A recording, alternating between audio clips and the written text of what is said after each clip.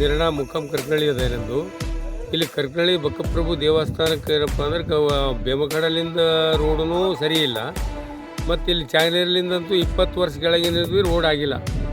ಈಗ ಅದು ಏನಪ್ಪ ಅಂದ್ರೆ ಸ್ವಂತದವ್ರು ಮಣ್ಣು ಬಂದು ಕೈ ಕಾಲು ಮುರ್ಕೊಂಡ್ರೆ ಅವರಿಗೆಲ್ಲ ಆಂಬುಲೆನ್ಸ್ದಾಗ ನಾವು ಬೀದರ್ ಹಾಸ್ಪಿಟ್ಲಿಗೆ ಕಳಿಸಿದೆವು.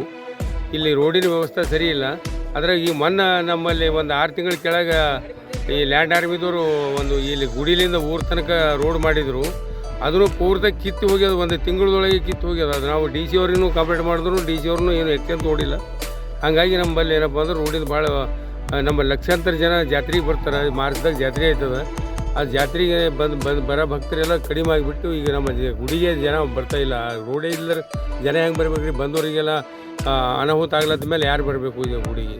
ಅಲ್ಲಿ ಚಾಂಗ್ಲೇರಿ ಜಾತ್ರೆ, ಚಾಂಗ್ಲೇರಿ ಗುಡಿ ಅದ, ಇಲ್ಲಿ ಕರ್ಕಳಿ ಗುಡಿ ಅದ. ಎರಡೂ ಗುಡಿ ಮಧ್ಯದಾಗ ಅಲ್ಲಿ ಬಂದವ್ರು ಇಲ್ಲಿಗೆ ಬರಲ್ಲಪ್ಪಲೆ ಹೋಗಲ್ದಪ್ಪಲೆ ಅದ, ಇಲ್ಲಿ ಬಂದವ್ರು ಅಲ್ಲಿ ಹೋಗಲ್ದಪ್ಪಲೆ ಅದ.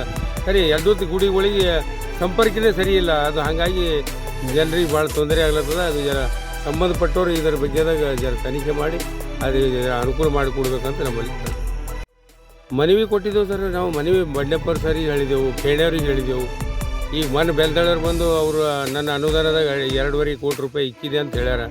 ಆದ್ರೂ ಇನ್ನೂ ಏನೂ ಆಗಿಲ್ಲ. ಈಗ ಅವ್ರು ಬೆಲ್ದಳ ಸರ್ ಇವತ್ತು ಮಾತಾಡಿದ್ರೆ ಅವ್ರು ನಾಡ್ದು ಬಾ ಅದ್ರದ್ದು ಏನು ಕುಂತು ಮಾತಾಡಮ್ಮ ಅಂತ ಹೇಳ್ಯಾರ. ನಾಡ್ದು ಬರ್ರಿ ಅಂತ ಹೇಳ್ಯಾರ. ನಾಡ್ದು ನಾವು ನಡೆದಿದ್ದೇವೆ ಮತ್ತೆ.